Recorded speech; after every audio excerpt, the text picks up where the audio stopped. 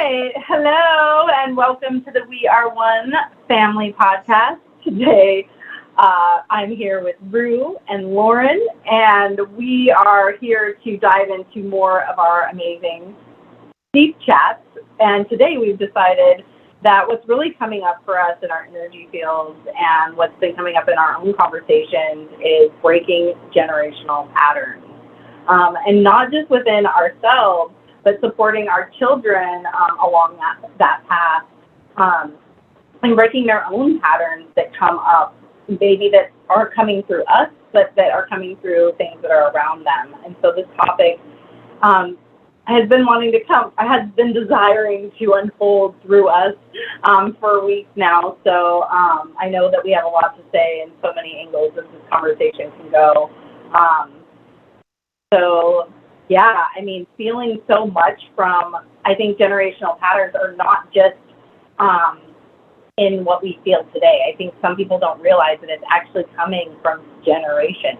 It's coming from ancient past. It may not even be from your grandmother or great-grandmother. It could be from many, many, many hundreds of years ago coming through a vibrational wave. And that's our conversation of being that empath and taking on what we are from all time, space, dimensions, realities, and we show up in the physical today with all of that energetic timeline all pushed into this physical encapsulation, and we're supposed to show up and unfold that and be what the highest good is, and sometimes it's really hard for us to notice what that is. So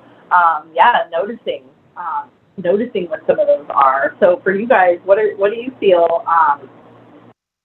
Lauren, you're shaking your head. I want to hear what you have to say. Like, what is those generational patterns, and what do you notice? Well, I'll say for me, the generational pattern that I consistently see in my life, I am surrounded, my immediate family is just really big, juicy empaths. They're very sweet people, but they tend to allow other people to control and tell them how things should be. And they say, okay, and they just go with it. And for me, I think that's the really big generational break that I've had to say, which is that's not okay with me. I'm not okay with that. And I'm the odd sheep out, right? I'm the odd duck, who's like, no, I don't want to do that. And sitting in the okayness of that, even for me, right? I think so many of us are afraid to be the black sheep of the family, afraid to stand alone and stand in what holds true for us. So for me, that's the truth for me.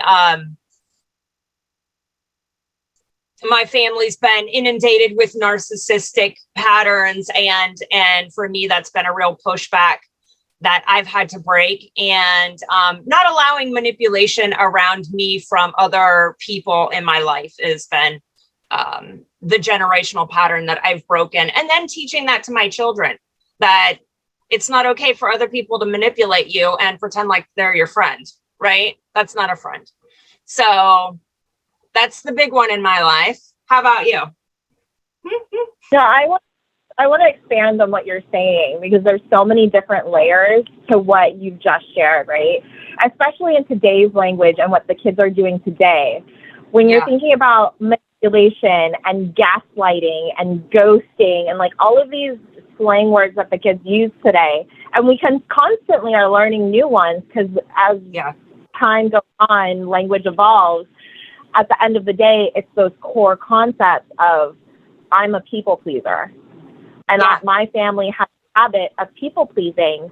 And when I'm a people pleaser, I'm not going to be aware of the subtleties of manipulation. And especially in America today, we grow up in codependent households. Yes. So we are taught that it's okay to feel bad because we're taking care of mommy and we're taking care of daddy. And as a child, I'm sure as a child, you took care of everybody. As a child, of course, we don't know what to do or what to say, because the roles of parenthood have been reversed. Yes. Right. So, Yes. and what you've done is you've like, oh, as an adult, yeah, we have trauma, and yeah, we have all these things that happen to us when we're younger, but when we become an adult, we become responsible for how we act moving forward. So it's really important for us to like become self-aware, even though as a kid we weren't. Mm-hmm. And so how amazing is it that your kids now have a parent who is committed to that awareness within themselves, so that when those subtleties of manipulation and force and like it's so subtle. I have an example. Yeah. I have a girlfriend who called me to get a cake for her ex, right? And I was like, absolutely, I'd love to get the cake. And I'm so excited to get the cake for her. And for him, because I'm friends with both of them, those two, my girlfriend and my friend are currently divorced, and she has another partner. And what's interesting about her relationship is that she still has great relationships with all of her former partners, all of her exes. And it makes her current partner really uneasy. But because she wants to have great relationships with all her exes, she forces that upon all of them, even if they don't want to. And so I didn't know I was getting roped into a conversation, and that was much bigger. I thought I was just getting a cake, when in fact, I was getting a cake, and I was also helping her avoid the uncomfortable conversation that she's planning her ex's birthday party, and then bringing her current boyfriend into it, right? So I didn't know that I was being roped into a manipulative scheme. It was so subtle. I would have had to pause, look at the bigger situation, look at the dynamics between all of the people before moving forward. And it wasn't until I told my partner, hey, I'm doing this thing. He's like, you shouldn't have done that. I'm like, why? Why not? What happened? I just want to like do this really nice thing. And he's like, you didn't pause, you didn't look at it. Not a good environment for everyone, and you just participated in a toxic thing when that was unnecessary. And we're committed to living a life of freedom and having really amazing, meaningful relationships. But when we play into those subtleties of manipulation, of people lying to themselves of what's actually going on with the relationships around them, then I get roped back into my generational cycle of people pleasing. Like, it's crazy, right? Yeah, that's huge. Great example. Yeah, it's amazing. And it's so subtle, the things that come up. So I'm so glad you used that example, because we just allow ourselves this, okay, that's great. In fact, like Laura and I were just talking about this earlier, and really tapping into those little subtleties. And I was talking about working at a restaurant and whether or not this girl was going to take a half of my section, even though the manager said I could have the whole one. And it was very subtle, because she was just like, oh, you don't know the section, so you'll just take this. And in the past, it's just like it's that, and it is a generational thing, because so much of my family is in that Southern mentality of you just don't say anything ever. Yep. And so we didn't have like the sex talk. We didn't have any of those emotional talks, because you just don't talk about it. That's just, so hear you saying, yeah. Yeah. It's just quiet, right? And so to bring up and say, nope, that's going to be my section. I'm sorry, that's not my problem. Those are breaking the generational pattern. Yeah. When we're able to stand in those little subtleties that come up, and it's that moment that hits your energy body that goes, yeah. And we go, I don't want to say anything, this is an awkward situation. But your voice is honoring what that power is that we have inside of us to break that fear pattern that's been going on for so many generations, that is allowed to be okay.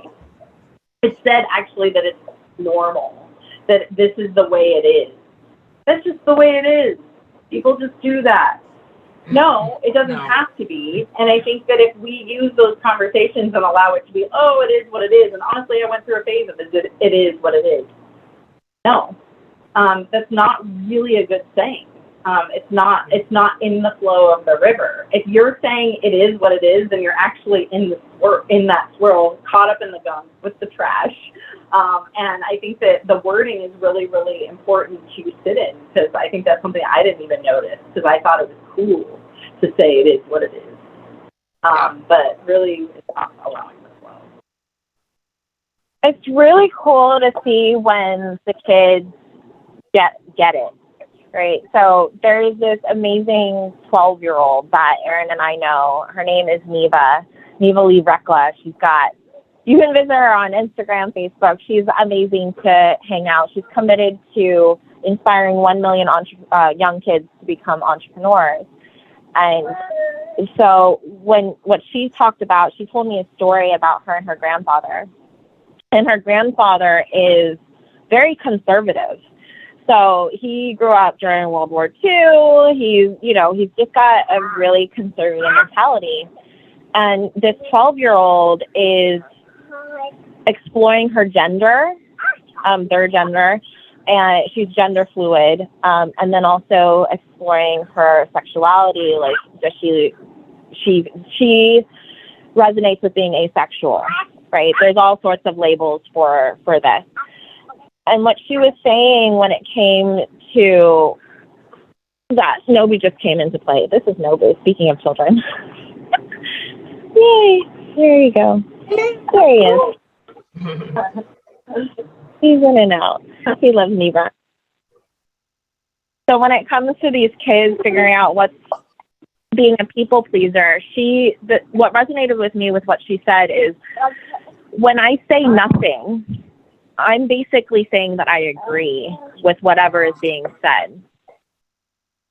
And if I have the opportunity to share my voice, I need to. I should share my voice and express what's there for me, because there's so many people who can't.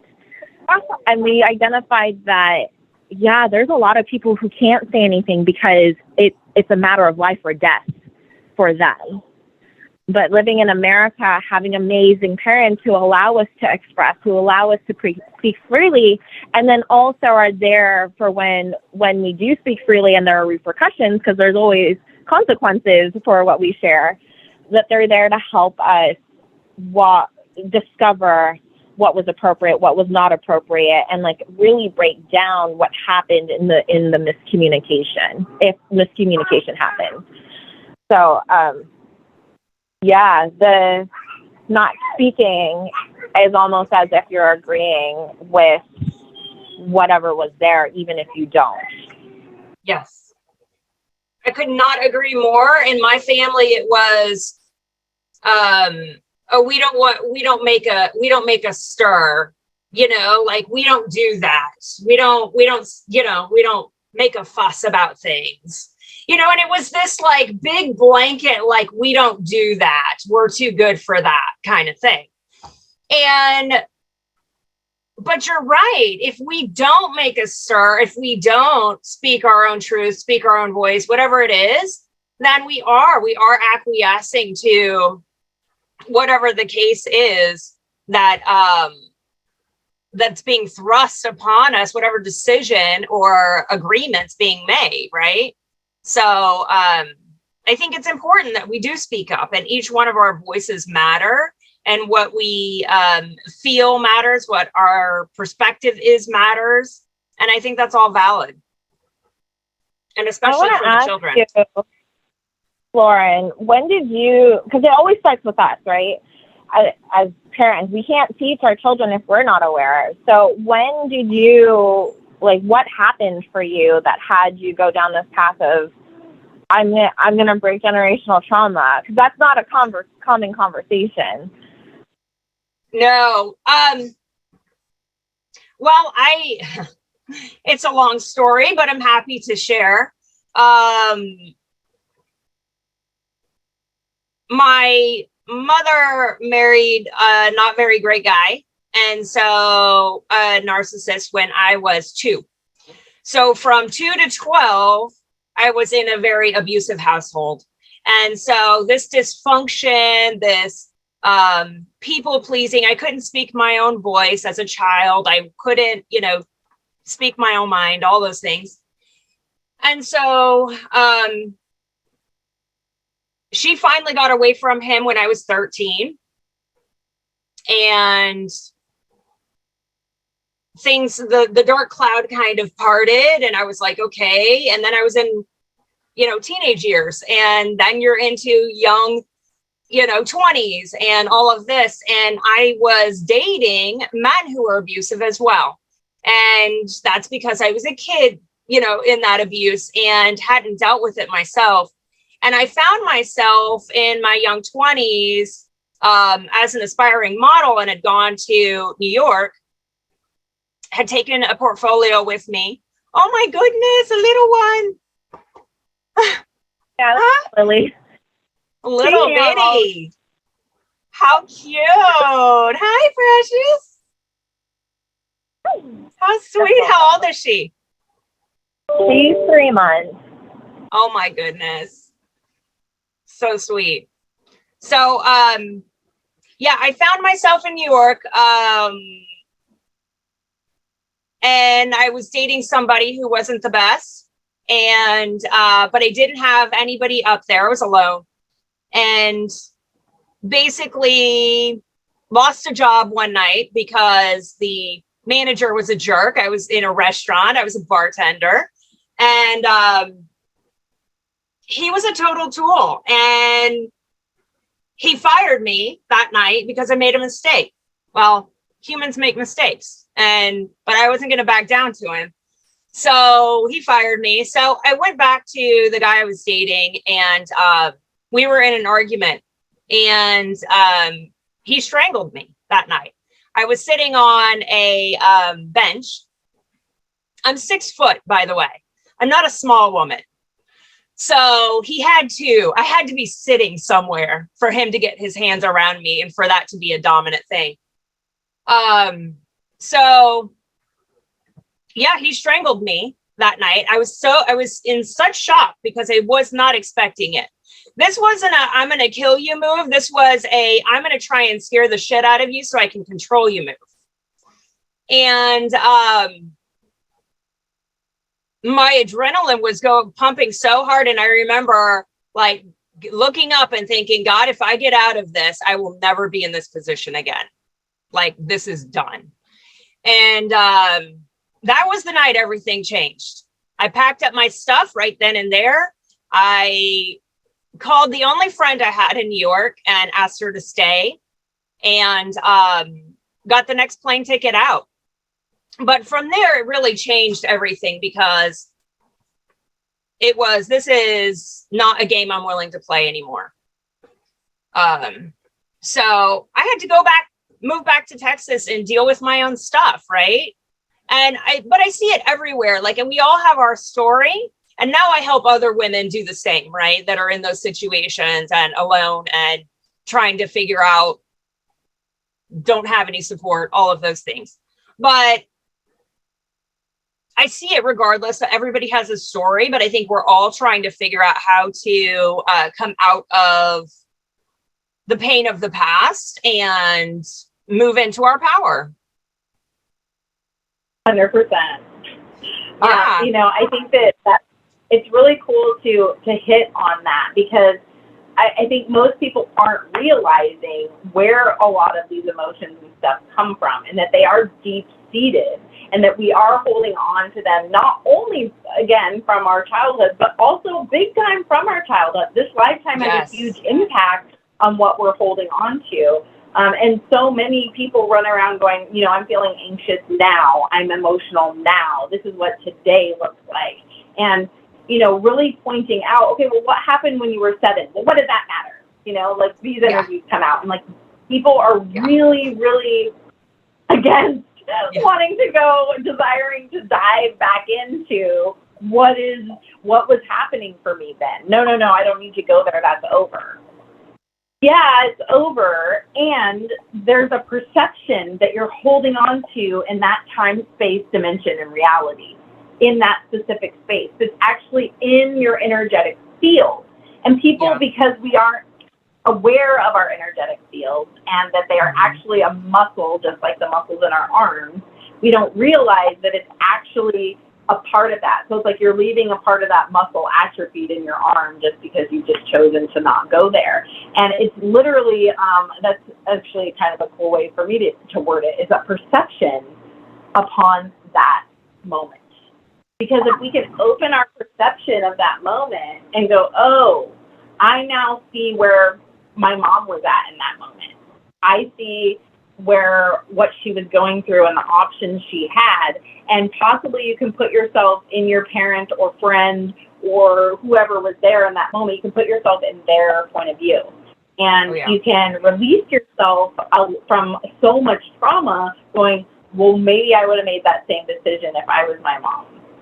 Yeah. And I actually had that happen to me where I was feeling, neglected or whatever. And my parents were working for themselves as entrepreneurs. They had their own businesses and they were doing what they could to take care of the family. And they had to be at work to pay those bills. And they were really busting some big butt to make that happen. And they did some really cool things. And at the same time, they weren't at my tennis game or whatever, right? And so then it's like, oh, so I feel like, oh, for all the other moms that are there, where's my mom? And, I still remember, and it kind of like brings up that emotion of my mom coming to the gate and just standing there for a couple minutes and then having to leave. And it's like, I cry because I cry for my mom, for those moments that she just wanted to be there. Instead of me being that child and going, my mom, she won't stay. She can't make the effort. It's like, no, she had such a big heart and was there the whole time. And so putting that pain on ourselves is such a huge thing when we can broaden how we're able to see that and love our parents for where they're at and how much effort they really are giving, and that we are loved, and that just because we are looking for it to be a certain way, that now that equals not love. So if we can open it up and say, oh, wait a minute, I truly am loved, and I was seeing love needed to be like this, and love is actually like this.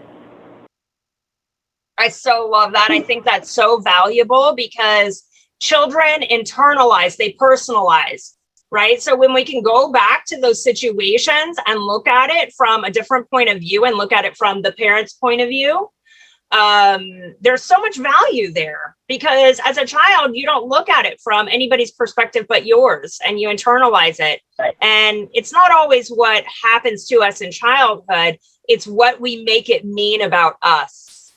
Right. So then we carry this unworthy piece around for 40 years. And if we don't go back to it and say, but that didn't mean that I'm not worthy, that just meant that she was doing everything that she could and came to the gate and tried to make as much, tried to see her little baby play, and that's just the time and space that it was. It doesn't have anything to do with the belief that I'm not worthy. Right.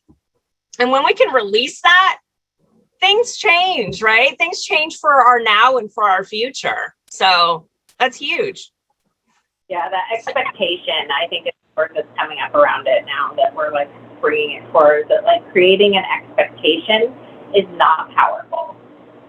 It's creating into the future and not living in the now. And so when we have an expectation for something and then it doesn't follow through, there's an instant shame that we're not good enough, or it's devalued, or whatever it is. So really working to not expect things to be a certain way, or to feel, or for someone else to react something and expecting it to play out, because it's just, it's like you're setting yourself up to live out those generational patterns, if you will. It's like, I'm just going to put myself ahead of the game, and I'm just going to go ahead and run those patterns. Yeah, sets us up for severe disappointment most of the time. There's so many, like, when we're talking about all these things, my brain goes to the neuroscience, right? So there's the perception, and what that really, for me, what it brings up is those cornerstone memories that we create for ourselves, that have, it's like this thought that's cycling constantly in the back of your mind, that belief system, just constantly cycling in the back of the mind. And so what ends up happening in your experience of the world is you continue to attract that experience of whatever that cornerstone memory was. If it was your mom getting beat by their ex, or if it was your dad picked you up and choked you and like slammed you into a Bronco, like how do you, those are key memories of who you are today. So if you have a child who's experienced abuse or who's experienced some sort of trauma, for like anything, it could be anything, right? What they make that mean, that belief system, they'll play out that same experience, and they'll track those interpersonal relationships so that they can understand or not understand whatever was happening in their world at that time. And so in kids who have been beat or who have been bullied will either become the bully or they'll become submissive and become the victim. So it's like, it's really paying attention. For me, like I'm really paying attention to who do we surround our children with? Who do I surround myself with? What kind of person am I trying to be? Especially since I know that I've experienced these things, how can I keep my mind focused on things that will uplift me and make me and help me become my highest potential, versus me constantly attracting toxic relationships that will end up blowing up, right? At the end of the day, until I've had this is typically what ends up happening. And that's to have, you know, to be, you were lucky to, were you in your 20s when you discovered that you were with a narcissist? Yeah. Mm-hmm. That was my early 20s.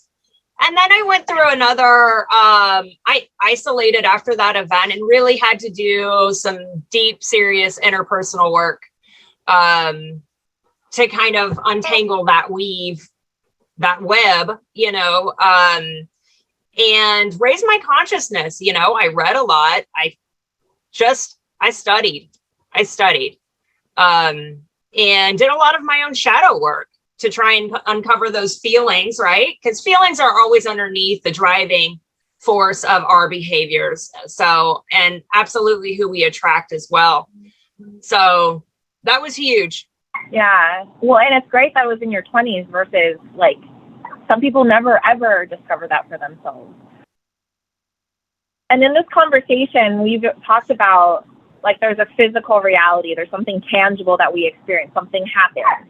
And then there's these there's these mental layers that happen, right? You have these thoughts and the energetic layers. And then there's the generational trauma. And it's, I think, as somebody who is just coming into becoming aware of, I'm tired of feeling bad, right? How do I feel better?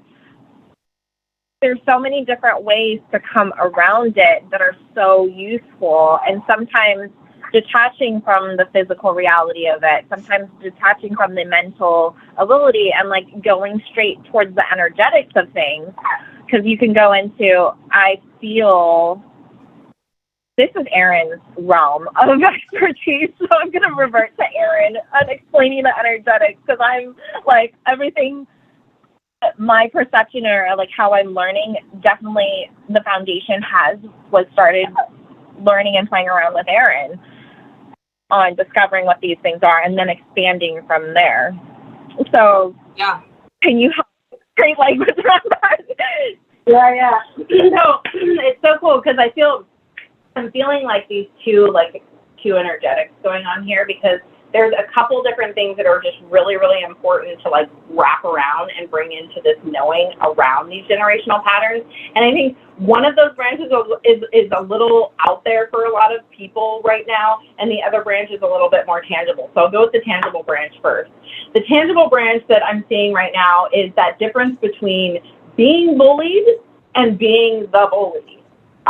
So it's like when we make that choice as a child, when we come up to that situation and our energy body is hit, are we going to come at it like, boo? Or are we going to come at it like, you know? And, for me, I was the one that took it on. I was so empathic, and I'm not saying that empaths can't be bullies, but a lot of times we end up being bullied. Because when you're more sensitive to taking on these energies in the field, like you're talking about, when we're more sensitive, we are able to actually feel what other people are feeling. So a lot of the times those bullies are actually feeling very scared and traumatized and things like that. And so as that over-empathic child will take on, and us adults too, will take on that shame and that guilt and that sadness inside and feel it as a lower, saddened vibration as opposed to a powerful one to be able to bully back. And so noticing as a parent what's happening with your children as they go to school, and what they're experiencing with their friends and what they come back to say. Are they being more of the bully, or are they being bullied, or are they somewhere around the I'm just not going to say anything? And those are all very key generational patterns in which we're all holding on to, and those children are too. So as parents and as adults are really leaning into what that is for us, we can notice those three things. Are they being bullied? Are they kind of being silent? Or are they being the bully? And where do those generational patterns lie? So that's kind of more the tangible thing that we can notice within ourselves as the adults, and within our children is kind of what's popping up in our reality. Because our children are mirrors for ourselves. So if they're carrying it out, then you're carrying it out. So that's that one tool. And then the other side of that, the more kind of out there that people haven't been able to grasp yet, is being able to understand that we are energy. Again, back to this conversation, we have our chakra system, which works as knobs, like a radio. They turn up and they turn down, and there are emotional knobs, and they're allowing us to be balanced within our emotions. Our energetic body, our electrons that are flying around us, are actually holding on to a lot of those stagnant generational patterns within our field, because our emotional and mental layers are there with our belief systems and our judgments, which cloud us to be able to see our 5th, 6th, 7th layers, which are our karmic abilities and our highway to the universe and our ability to channel down through our bodies.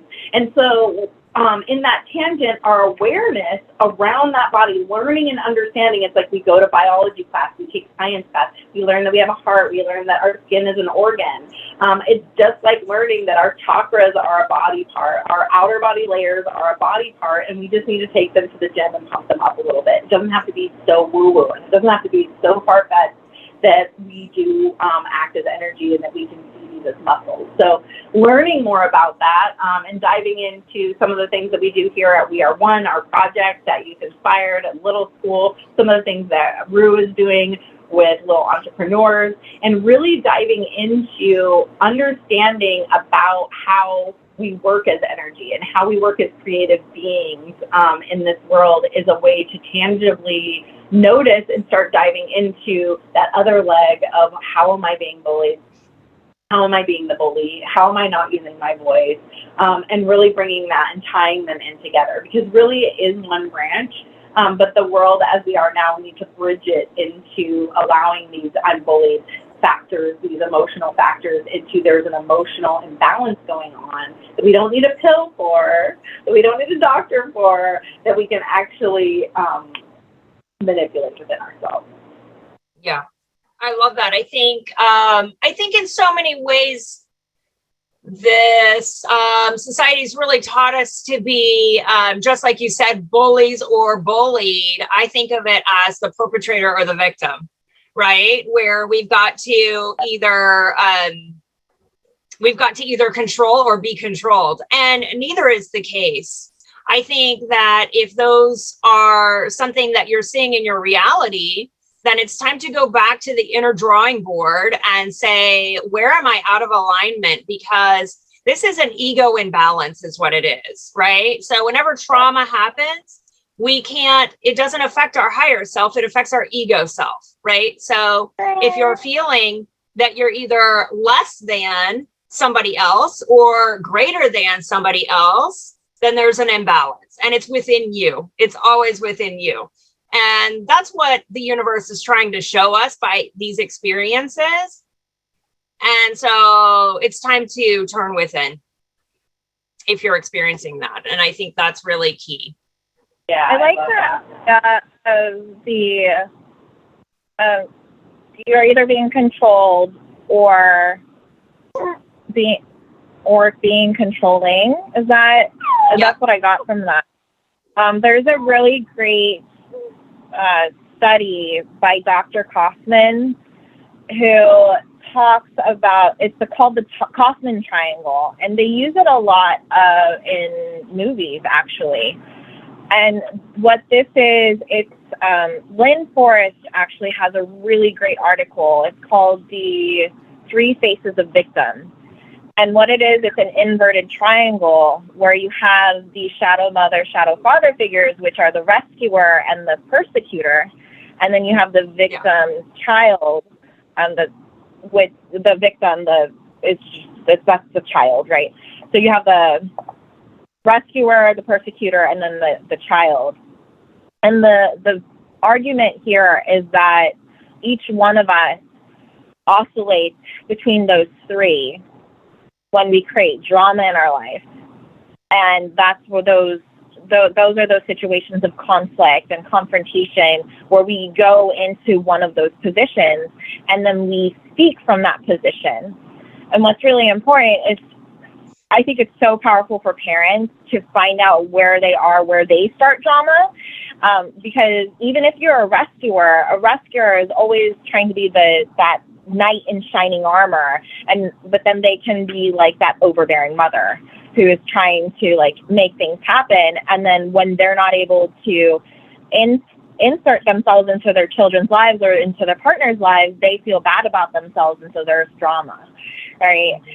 Same thing with the persecutor, where they're just like pointing fingers at people and saying that you're wrong, because for everything, there's no talking to a persecutor.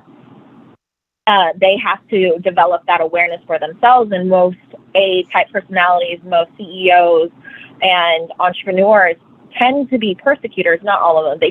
The most successful ones tend to be persecutors because they won't let anybody tell them what to do or how to do it, right? So it's a very interesting read in identifying where you are in that drama triangle, and then being able to speak to yourself when you're in those positions of victim, of being controlled or bullied, and then also in a relationship with other people, whether it's a child talking to their mom and trying to get something done, but they feel like they can't talk to them because they're going to get shut down for whatever reason, right? And then as a parent, being aware of, okay, where do I start drama, and in what moments am I feeling insecure to where I feel like I need to start drama.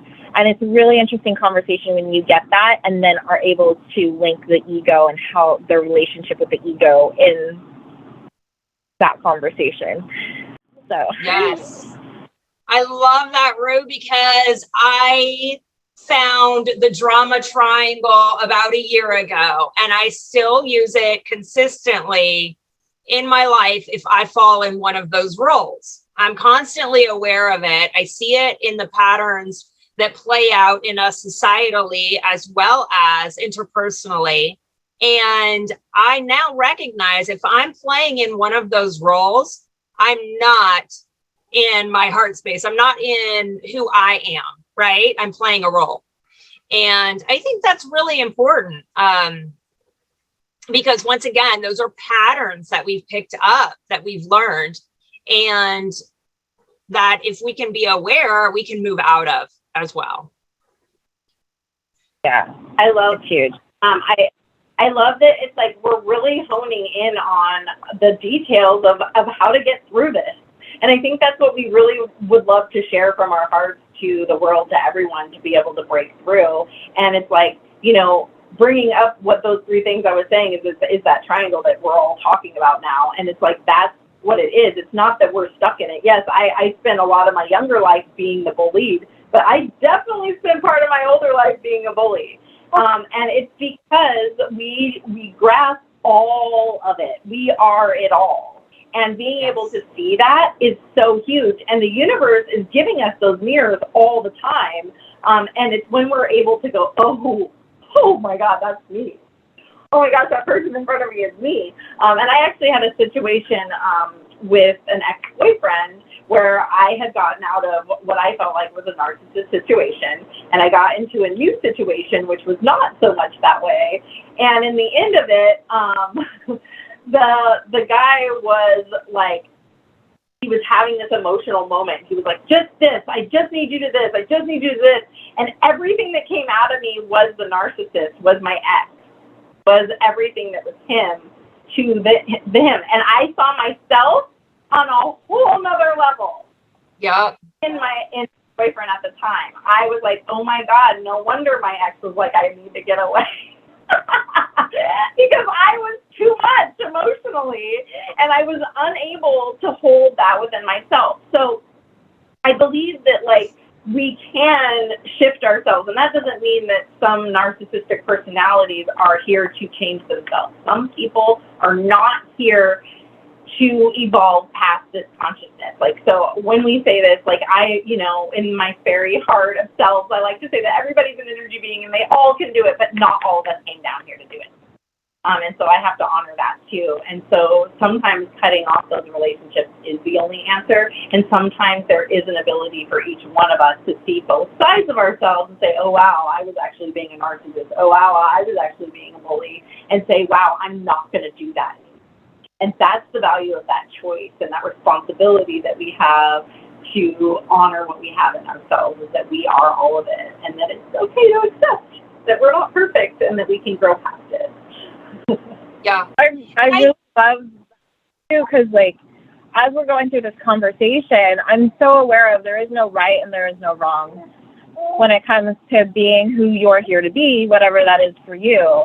And it's having that level of compassion and grace. Like, I used to get triggered when we would talk about raise your vibration, and like there's a lower vibration and a higher vibration, and I would get triggered because for many, there's so many layers to why I would get triggered, right? It's a hierarchy. There's it's like if one is better than the other, but it really doesn't come from that space. It's about finding whatever harmony, whatever mixture of your perfect is, and making sure that you're aligned with that every step of the way that you walk your path. And so being able to identify what it is, what your vision is, and are you in alignment with that? Somebody asked me a question. They asked me, what percent are you really living your life, like truly living your life, and living a life of passion, like a passionate life? And I was like, I'm not living, I probably like 8% of my life I'm like full on out, passionately going for what it is that I feel like I'm here for. And that was so empowering for me. In the past, it wouldn't have been, because 92% of my life, I'm not doing the thing that I'm here to do. And so when we have that placeholder of like, okay, great, I have 92% to like go out and discover whatever that is I'm here to discover, it's awesome, because now I can create milestones. Now I can actually try things on, see if they work or fail, and then move on. You know, it's just, it becomes more fun being able to be able to quantify my experience. So I'm excited about that. Well, good for you for not beating yourself up about it, you know, because that's the other side of that coin, right? Like I'm only doing this amount and I should be doing more and I should be, you know, so I think that's great. That was the first thing I noticed. But I think it's also like, but that's also the higher, lower vibration, especially in conscious conversations. They're like, raise your vibration, raise your vibration. Somebody who is in their ego and who is resonating with a lower vibration is going to feel bad. They are in a space where they want to be abused. And so that is the space that they're going to be. And it's not a bad place to be. It's not wrong. What's there is they've experienced a lot of trauma. They've experienced a lot of life slapping them in the face multiple times. So it's comfortable. And then being able to shift your paradigm, shift your reality of something that is beyond anything that they can have ever imagined or like they secretly dream of, they get to be a different person and step into that different person. And for human beings, that's scary because what you're doing is very inhuman. It's very inhuman to raise your vibration. It's very inhuman to evolve and change and to allow to receive love. It's very inhuman. And to constantly fight for that and like love on that. It's remarkable what people are able to do. It's very ordinary to be in pain. It's very ordinary to struggle. It's very ordinary to like be mean to other people. What's extraordinary is to love and to express and to make the world a better place. And I didn't realize that until I got to see more of the world and then start to pull myself out of that space of being traumatized and being okay with being traumatized. Being okay with being traumatized. Like, I think these are huge nuggets right now that we're going into because we have all sat here and honored some really hard things. And that is what, I'd love our audience to notice is that it's okay to acknowledge that nasty part of ourselves. I was super mean. I was super bitchy. I was a narcissist. I was shameful. I didn't hold my own. Like, these are things that make us more powerful. And, I've had multiple people, like Ru was just saying, that are stuck in that pattern that feels so easy to be in the muck that when I honor myself, they're like, see, you're this. And it's like they bully because it helps them feel better that I'm in a mess. And it's, but for us to realize, no, I was honoring that I was there and I am there, but I can see it and I'm moving past it. I'm not going to allow someone to say, oh, see, you're this. See, you're just saying that you're this. Okay, well, that we can see that that's you and you're holding on to that pattern and allow ourselves to really acknowledge those things. And I think people are really, really scared to say, because I honestly, there was no way until I saw it that I was willing to acknowledge at the time that I was that emotional. Until I saw it, literally in a physical being in front of me, doing what I was doing and going, holy, I'm never going to do that again. I literally changed myself in that moment and acknowledged that I was way too overly emotional and I was taking on energies that were not mine and I was not working to be conscious about it at the time.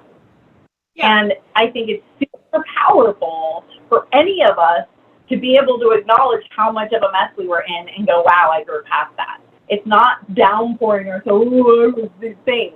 No, it's a powerful thing, and allow it to be powerful that we are able to move past it. We're not in that river dunk anymore. We're flying pretty. So that's amazing. I'm just going back to how Lauren started our conversation off with what was going on with her child and his experience, because Lauren gives really powerful language towards what he's experiencing. And I'm like, wow, we can, when our kids feel safe to share, I think that's the biggest gift that we can give our children, because it gives them that first stepping stone of, like, as parents, if we think about Maslow's hierarchy of needs, our job is to provide them with all of their physiological needs. Our job is to provide them with safety and security so that they can experience love and belonging and self-esteem and then self-actualization to create whatever they're here to create. And so when we create safe environments for our kids to share what, like, that they're hurt or that they have big feelings, it's amazing what they're going to go off and do. Like, imagine if we had those safe spaces to share with our parents, fully share, instead of like, no, we don't share our emotions, or somehow get reprimanded for like having these feelings, or even when it comes to topics that are considered taboo, like sex or money. Like, how, like, I have an older daughter, she's 12, and I really want to have these big conversations with her. We've had them every now and then. There's some big ones coming up now that she's 12. And how do you discover what love is? How do you discover, like, what about consent? Like, consent is one of those big topics that we should talk to our kids, as, you know, that's the whole point of sharing, is consent, right? So, and toys are like touching the physical body. So there's just so many big conversations that can be broken down into very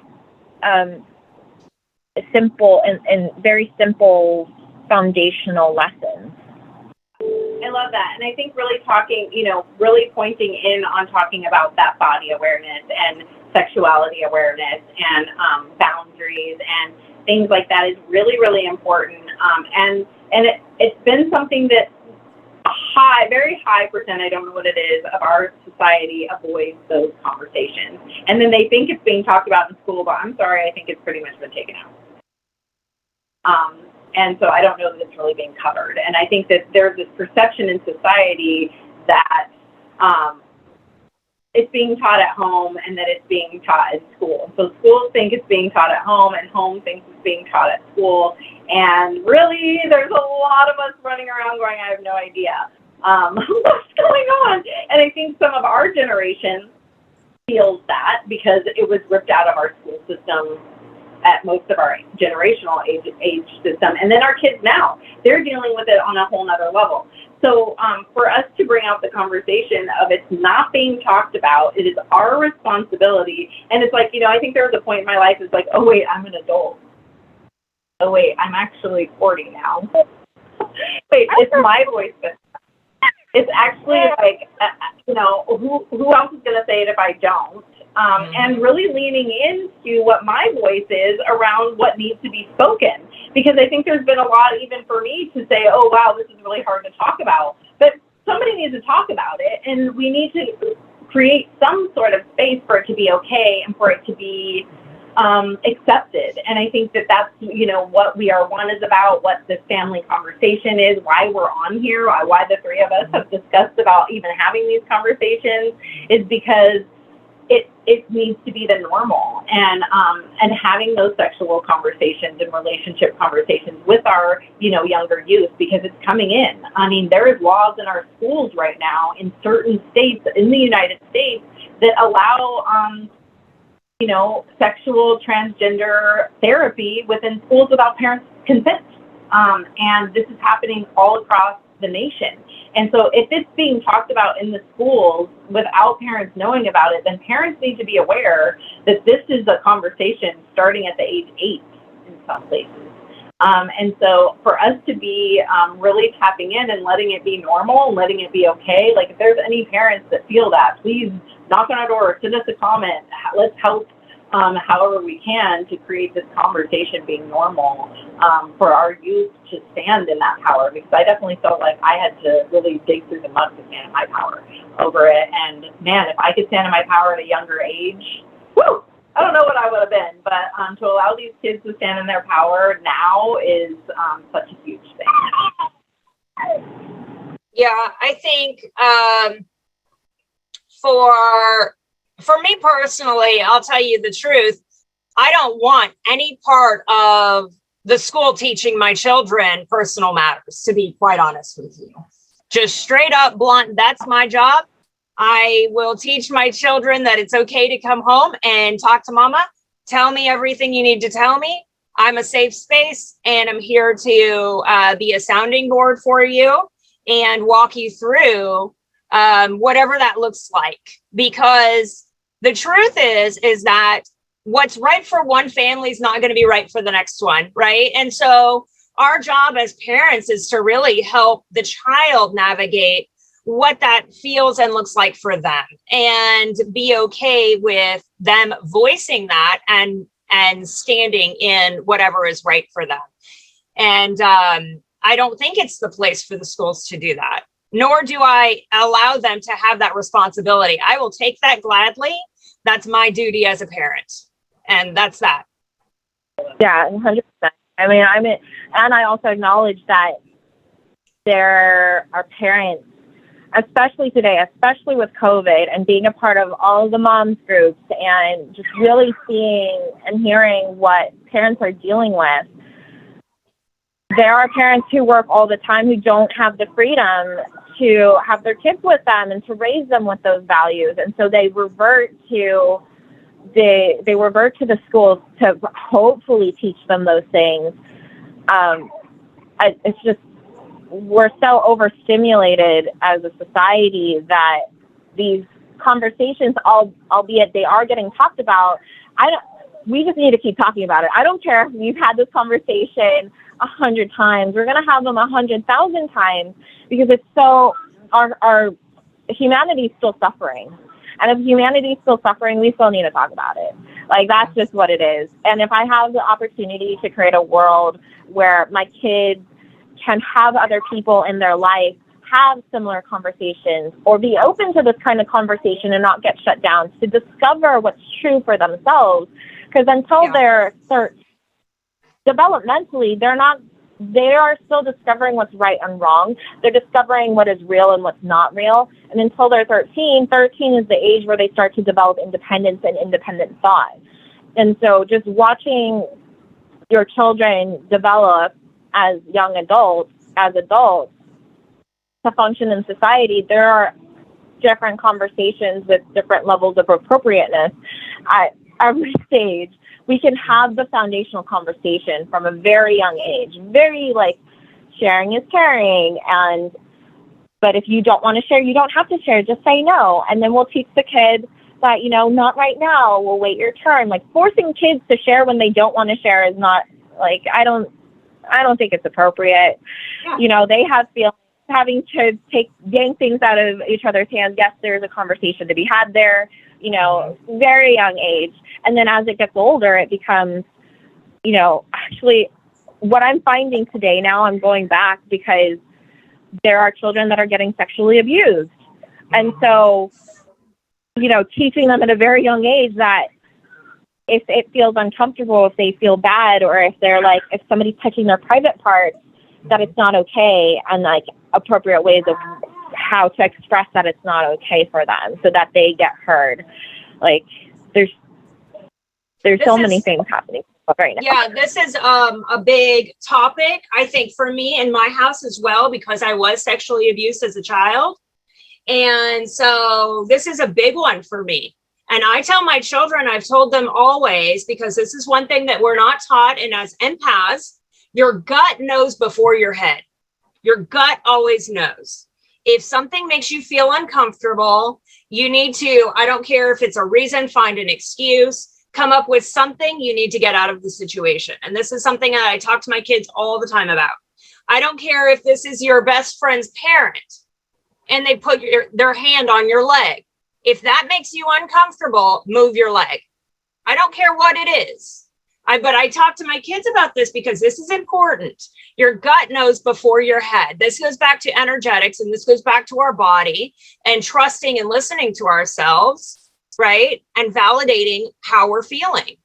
So I think this is huge because we've all had experiences where we didn't listen to our gut, where we didn't speak up, where we didn't say something, where we didn't. And we've learned from that. But now it's time to give those tools to our children and teach our children that, how to respond. How do I act in this situation? What do I do?